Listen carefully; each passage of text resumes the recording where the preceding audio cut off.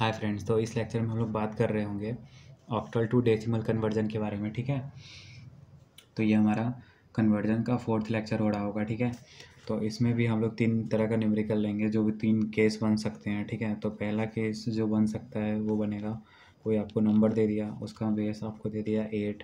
ठीक है, और आपको बोले कि उसको 10 में कन्वर्ट करो। ठीक है, दूसरा जो होगा हमारा दूसरा वो हो जाएगा 0.45 बेस 8 दे दिया, और मान लो कि हमको उसको बेस 10 में कन्वर्ट करना है। ठीक है, अब हमारा थर्ड जो दे दिया, ठीक है, वो हो गया 56.35। ठीक है, अब उसका बेस 8 है और उसको मान लो कि उसको बेस 10 में कन्वर्ट करने के लिए दे दिया। ठीक है, तो इसमें कौन सा मेथड लगाते हैं वो देखेंगे हम लोग। ठीक है, तो पहला क्वेश्चन लेता हूँ मैं।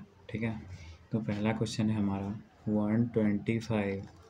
ठीक है, 125 बेस 8।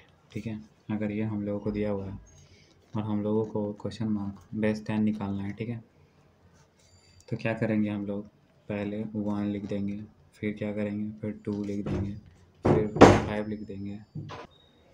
तो ये 1, 2 और 5 लिख दिया हम लोगों ने। ठीक है, अब क्या करते हैं, इसको हम लोग बॉक्स में डालते हैं। ठीक है, और बॉक्स में डालने के बाद क्या करेंगे, यहाँ पे जो पहले क्या करेंगे, जो सामने वाला बेस होता है उसी को लिखते हैं। मैंने समझाया आपको इससे पहले वाले न्यूमेरिकल में। ठीक है, कि जो लास्ट वाला टर्म होता है उसमें हम लोग 8 की पावर 0 से शुरू करते हैं, फिर 1, फिर 8 की पावर 2, ऐसे ही 3, 4, 5, 6 जितना नंबर होगा उस हिसाब से जाएंगे।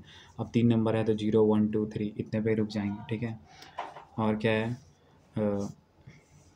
बस ये याद रखना, लास्ट से शुरू करते हैं और फर्स्ट पे जाते हैं। ठीक है, और 8.0 से शुरू करते हैं। ठीक है, तो अब हमारा ये हो गया। ठीक है, अब क्या करते हैं, इसको हम लोग लिख सकते हैं कि हमारा 125 बेस 8 है इक्वल टू 1 इंटू 8 के पावर 2 प्लस 2 इंटू 8 के पावर 1। ठीक है, प्लस क्या आ गया हमारा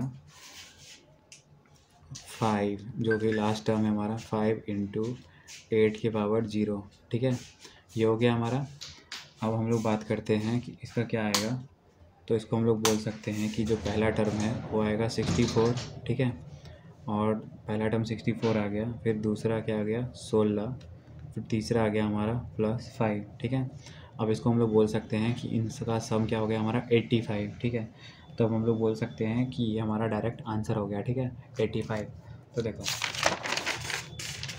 यहीं पे लिख देता हूँ मैं कि हमारा 125 बेस 8 अगर है तो उसको हम लोग डायरेक्टली बोल सकते हैं कि वो हो जाएगा हमारा 85 बेस 10। ठीक है, तो बस यहीं पे हमारा इसका आंसर आ गया। ठीक है, अब बात करते हैं हम लोग, ये आ गया 85 वगैरह। ठीक है, अब हम लोग बात करते हैं इसके बाद अगला नेक्स्ट न्यूमेरिकल का, जो कि हमारा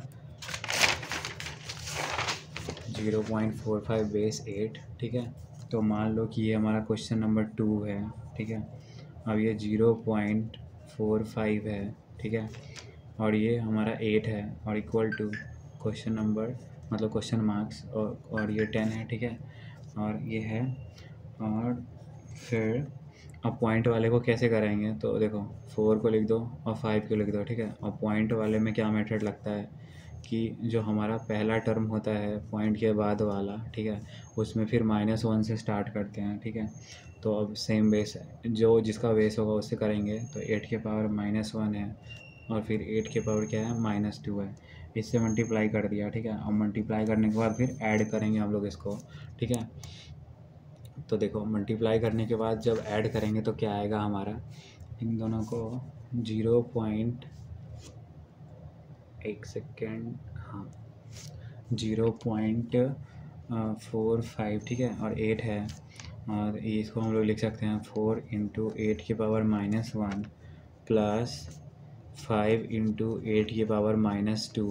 ठीक है, ये हो गया हमारा। अब हम लोग इसको ऐसे लिख सकते हैं 4 इंटू 1/8 इंटू 5 इंटू 1/64। ठीक है, जब इसको हम लोग कैलकुलेट करेंगे तो हमारा जो पॉइंट में वैल्यू आएगा वो आएगा 0.578 1 2 5, ठीक है। देखो इतना लंबा सा पॉइंट में आएगा, ठीक है। अगर आपके पास कैलकुलेटर है एग्ज़ाम के अंदर, ठीक है, तो आप डायरेक्टली एक बार में ये लिख दोगे। अगर नहीं है तो 3 लेटर तक लिख दो और बेस में 10 लगा दो, ठीक है। इतना आगे बड़ा नहीं लिखना है। और मैंने कैलकुलेटर से सॉल्व किया है तो इतना लंबा है, तो मैंने इतना लंबा लिख दिया आपको बेस 10 में, ठीक है।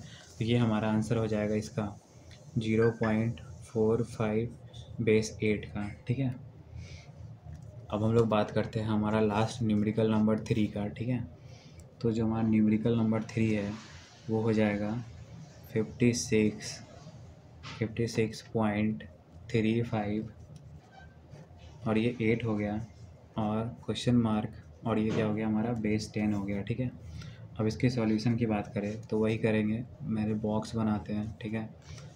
तो बॉक्सेस बनाते हैं, ये 5 लिख दिया, यहाँ पे 6 लिख दिया और यहाँ पे पॉइंट लिख दिया और फिर यहाँ पे 3 लिख दिया और फिर यहाँ पे लास्ट 5 लिख दिया, ठीक है। काफ़ी लंबा खींच दिया मैंने बॉक्स को, यहीं तक काफ़ी है बॉक्स, ठीक है। तो इस बॉक्स के अंदर क्या करना है आपको पता ही है, ठीक है। तो इस बॉक्स के अंदर हम लोग लिख देंगे 8 की पावर -1, 8 की पावर -2, 8 की पावर 0 और 8 की पावर 1, ठीक है। ऐसा कर दिया हम लोगों ने।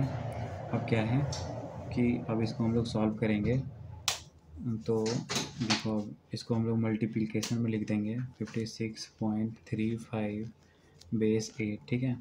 अब इसको हम लोग क्या करेंगे, मल्टीप्लाई करके ऐड करते जाओ, अभी तक जैसे करते आ रहे थे, ठीक है। तो बस 5 इंटू 8 की पावर 1, ठीक है, पहला टर्म मल्टीप्लाई कर दिया, प्लस 6 इंटू 8 के पावर 0, ये दूसरा टर्म मल्टीप्लाई कर दिया, प्लस 3 इंटू 8 के पावर -1, ठीक है, ये कर दिया। उसके बाद फिर लास्ट 5 इंटू 8 के पावर -2, ठीक है। अब उसके बाद बेसिक मैथ वाला मल्टीप्लिकेशन एडिशन करना है, ठीक है, और फिर हमारा आंसर आ रहा होगा, ठीक है। तो पहला टर्म जो होगा मल्टीप्लाई होकर 40 दे रहा होगा, दूसरा टर्म 6 दे रहा होगा। वो बैकग्राउंड नॉइस के लिए सॉरी गाइस, ठीक है। तो वो मेरे घर में कोई आ गया था, ठीक है। तो देखो अब हम लोग बात करते हैं कि 40 और ये दूसरा टर्म क्या होगा हमारा 6 होगा, और ठीक है, प्लस तीसरा टर्म हमारा 0.375 और जो होगा हमारा 0.078125, ठीक है। और इन सबको जब ऐड करेंगे तो वो 46.453125 हो जाएगा, ठीक है।